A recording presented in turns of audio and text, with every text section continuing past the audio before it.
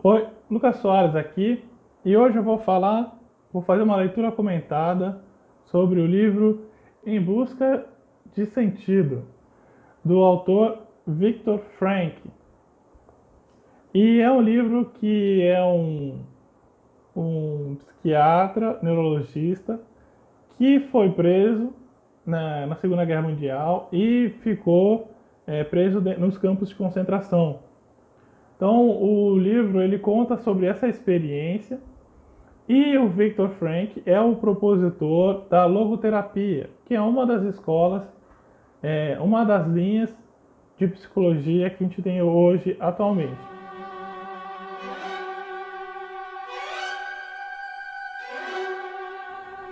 Então, em âmbitos gerais, assim, o livro ele é dividido em duas grandes partes. A primeira parte ele fala sobre a experiência dele no campo de concentração. E a segunda parte do livro, então, ele entra em nos conceitos de logoterapia, que é a proposta dele para a psicoterapia, né? Para buscar o sentido das coisas, o sentido da vida, né? Ele traz vários termos que ajudam a esclarecer o que é a logoterapia. A minha intenção é fazer dois breves, curtos vídeos falando sobre o livro. Então, no primeiro vídeo, vamos falar sobre essa primeira parte, sobre a experiência dele no campo de concentração. E aí, o segundo vídeo, então, a gente vai falar sobre o que é a logoterapia para o Viktor Frankl nesse livro. Então, o Viktor Frankl, na primeira parte do livro, ele divide a parte dessa experiência dele no campo de concentração em três partes. O momento que ele chega no campo de concentração, o período que ele ficou no campo de concentração, que foi um período de quase 3 anos, e quando eles saíram do campo de concentração, porque ele conseguiu viver todo esse tempo. Então a primeira coisa que ele nota quando ele chega no campo de concentração é a difícil realidade que é lá dentro. Porque as pessoas quando estão chegando e não sabem o nível de escárnio, né, que é dentro do campo de concentração, o nível de brutalidade que é dentro do campo, as pessoas estão meio assim, a par da realidade da coisa. Então elas não têm noção do que elas vão acontecer, o que vai acontecer com elas lá dentro. E tem uma parte que ele conta que quando eles descem do trem, o pessoal da SS fala para eles se enfileirar. E aí tem um certo comandante ali que vai passando pessoa por pessoa, olhando assim, e fazendo sinal. Vai para a direita, vai para a esquerda. Vai para a direita, vai para a esquerda. E ali ele explica que esses sinais, assim, que parece que não tem nada demais, mas ali naquele momento, aquele cara estava decidindo quem ia ficar como escravo de guerra trabalhando para a SS, quem ia para a câmara de gás ia morrer. Então, logo quando chega, já foi separado sabe, a maior parte das pessoas já foi tudo direto para o banho, que eram as câmaras de gás. Então, a grande maior parte, mulheres, crianças, velhos, tudo ia para a câmara de gás, né? Mas os homens que tinham vigor físico, eles botavam para trabalhar, para construir ferrovia, enfim, ele conta aqui algumas experiências dele. E é engraçado, assim, que é meio que inacreditável, assim, ele não consegue acreditar o tamanho da brutalidade da coisa que é quando tu chega lá. Ele fala da experiência dele, de como é que é chegar, o pessoal da SS botar eles dentro de um banho realmente, que não era a câmara de gás, mas um banho, tirar todas as roupas deles, sumir com os pertences deles e fazer eles se depilarem por inteiro, assim, cabelo, tudo. Ele fala que tu fica nu completamente, assim, tudo que tu tinha do passado não sobra nada. Tu começa a ser um corpo com vida sem uma vontade por ele mesmo, mas uma vontade imposta a alguém de fora determina o que tu vai fazer. E entre os colegas deles, eles falam que para se manterem bem vivos, que não precisavam se preocupar com a câmara de gás, era só eles manter a barba bem aparada para o pessoal da SS não achar que eles estavam velhos, desgastados e podia mandar para a câmara de gás se livrar da pessoa. Então, assim é a recepção dele, assim, no campo de concentração. E aí, ao longo desses anos, ele conta muita experiência dele, de como eram os capos, que eram outros prisioneiros que tinham certos privilégios para comandar os próprios prisioneiros.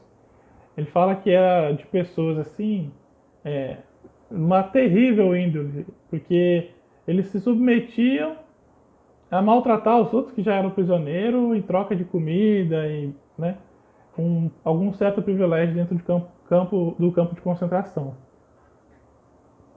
Uma das passagens que ele conta ali, que eu fiquei bastante chocado assim, era um momento que ele estava num lugar muito frio, assim, trabalhando, e aí diz que um pessoal da SS lá, que ele conta que ele parou um instante assim para respirar, e naquele instante que ele parou para respirar e descansar coisas de segundos, um cara da SS chegou batendo nele, brigando, xingando ele, e aí esse cara perguntou sobre quem ele era, né? E ele até comenta que dentro do campo de concentração, tu não se prolonga muito na tua resposta, tu dá uma resposta mais objetiva, tu não fica falando, tu só responde aquilo que foi perguntado e fim. E aí ele contou que ele era médico para esse cara. Aí o cara ainda xinga ele, dizendo assim, então tu roubava o dinheiro das pessoas em troca de vender a saúde para eles. Aí ele responde que ele fazia trabalho voluntário, como médico também. Aí diz que ele apanhou mais ainda. Assim, o tamanho como a coisa era ruim, sabe? Então, assim, ele tem algumas passagens dentro do livro que ele conta dessa brutalidade que ele vivenciou lá dentro. Depois de um certo tempo, ele diz que consegue até desenvolver uma certa amizade com um capo, que meio que vira um protetor dele entre os prisioneiros, e aí até ajuda ele, como ele conta, pegar um pouco da sopa mais no fundo, onde é que tinha mais ervilhas, para ele comer, para ele não morrer de desnutrição.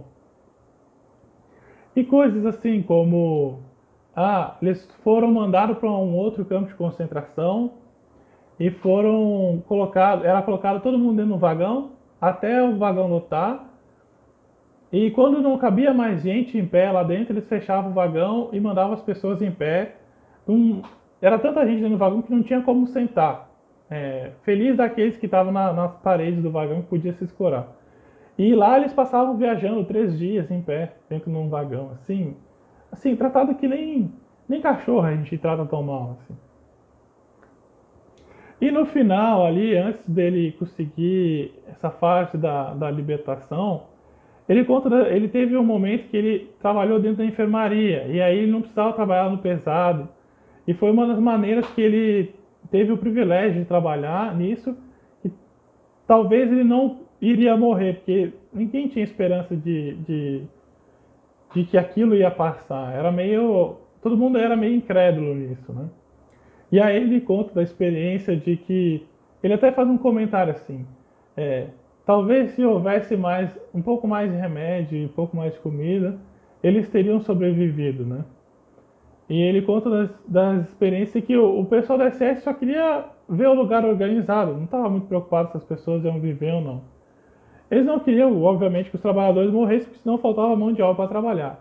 Mas eles não estavam realmente preocupados com a vida das pessoas. Aí ele conta, assim, que ele via aquelas pessoas como irmãos deles, assim, que ele tinha que tentar ajudar. E é uma coisa, assim, muito triste, assim, de ele conversar com o cara, e aí, tipo, 2 horas depois, a pessoa morrer, e ele não poder fazer nada. E aí o pessoal pega o corpo assim, põe para fora do barracão onde é que estavam os doentes, né? Que era o tifo, né? A doença. E ele se impressionava com tamanho dessensibilização, tamanha apatia que ele vivia dentro de campo de concentração. E tem uma passagem no livro também que ele tem um momento que ele faz um discurso, né, é, no campo de concentração, que vale a pena ser ressaltado aqui. Então, essa parte que o Viktor Frankl fala no momento que acaba a luz no barracão, e aí eles ficam todos em silêncio, e aí ele diz que tira forças de um lugar que nem ele consegue explicar, e faz um discurso para todos os prisioneiros que estavam naquele barracão na escuridão. Eu vou ler a passagem do livro porque é lindo, é lindo. Olhando objetivamente o futuro, só podia parecer desesperador. Aí mais pra frente ele comenta: no que dependesse de mim, não perderia a esperança nem desistiria de lutar, pois ninguém conhece o futuro. Nenhuma pessoa sabe que talvez lhe ocorrerá em dentro de uma hora. Aí mais pra frente, essa passagem, aquilo que realizamos na plenitude da nossa vida passada, na abundância das suas experiências, essa riqueza interior nada nem ninguém nos poderá tirar. Mas não só o que vivenciamos, também aquilo que fazemos, aquilo de grandioso pensamos e de que padecemos, tudo isso salvamos para a realidade de uma vez por todas. Essas experiências podem pertencer ao passado, justamente no passado, que ficam asseguradas para toda a eternidade. Então ele fala que toda a experiência vivida no campo de concentração ficam registrados na dimensão do passado. E dê a entender que a vida humana tem sentido sempre e em todas as circunstâncias. E que esse infinito insignificado da existência também abrange o sofrimento, a morte e a aflição. Que olhassem para frente, para a situação em que estávamos, por mais difícil que ela fosse, e não desesperassem, mas que recobrassem o ânimo, cientes de que mesmo perderiam a nossa luta, os nossos esforços, não perderiam seu sentido e a dignidade. Mais para frente ele fala então sobre a natureza do sacrifício, né? Dentro desse contexto. Disse que a natureza do sacrifício implica ser ele vivo na premissa de que nesse mundo, no mundo do êxito, nada se alcança sem ele, né? Sem o sacrifício. No início, na sua estadia, né, quando ele começou lá no campo de concentração, propusera aos céus um pacto. Ele está falando de um amigo, né, quando um amigo dele chegou no campo. Que seu sofrimento e morte poupassem de uma morte atormentada a pessoa por ele tão amada. E que esse homem, sofrimento e morte não eram sem sentido, mas sim foram dotados do mais profundo sentido em sua função de sacrifício. E isso é uma das coisas que ele descreve no livro, quando ele fez um discurso dentro de um barracão, dentro de um campo de concentração, onde é que todas as pessoas estavam basicamente desesperançosas, desacreditadas do futuro, sem um sentido, estava todo mundo perdido. E aí ele comenta que depois que ele falou e deu esse discurso para todo mundo ouvir, ele disse que a luz voltou, a luz do barracão voltou, e ele disse que a única coisa que ele pôde ver era as pessoas vindo chorando, agradecer ele por dar uma esperança, um sentido para aquele todo sofrimento, aquele sacrifício que eles estavam passando. Então, assim, o livro é uma história impressionante, assim, e ele é fantástico. O Viktor Frankl, ele é muito bom. Aí ele entra, então, na terceira parte do livro, onde é que, depois que tem umas confusões lá, até ele conseguir sair efetivamente do campo. E ele fala assim que quando eles foram libertados, ele parece que eles tinham desaprendido a ser feliz, né? Que as pessoas tinham desaprendido a ser felizes, assim, e que levou um tempo para eles voltarem àquele antigo normal, né? Que o novo normal naquela situação era uma condição terrível, né? Mas agora, nesse momento de libertação, que eles precisavam recobrar essa felicidade, né, espontânea e genuína de cada um, que parece que eles aprenderam a fazer. Bom, com isso eu quero encerrar aqui essa primeira parte do vídeo, essa primeira parte do livro também. Eu acho muito interessante toda essa experiência dele. Foi uma experiência terrível, horrorosa. Segunda Guerra Mundial, nazismo, campo de concentração, é um negócio que tem que entrar para a história para a gente nunca mais esquecer e não repetir isso de novo. Mas, dentro da perspectiva dele, como uma visão psicológica, né, e na busca de um sentido, é lindo, é impressionante, assim. Ele tem, vamos dizer assim, uma autoridade moral da experiência que ele viveu lá dentro.